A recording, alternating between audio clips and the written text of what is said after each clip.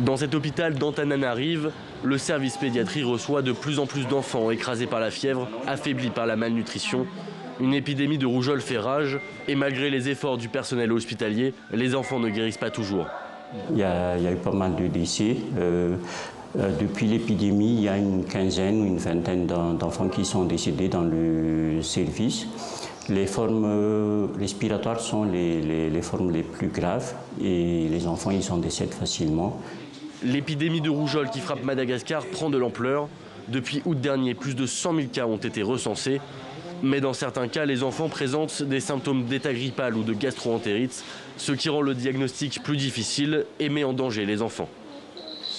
Quand on a consulté le médecin, on aurait dit qu'il ne connaissait pas les vrais symptômes.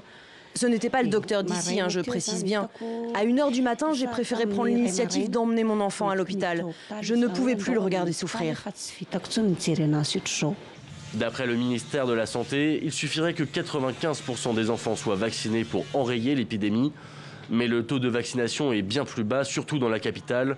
Et la virulence de la maladie complexifie la situation. Parmi les maladies épidémiques, c'est la rougeole qui est le plus contagieuse.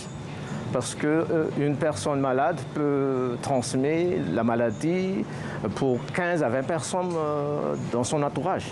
La rougeole se transmet aussi dans des écoles comme celle-ci. Et face à l'épidémie, le gouvernement va mener auprès des enfants une campagne spéciale de vaccination qui débutera avant la fin décembre.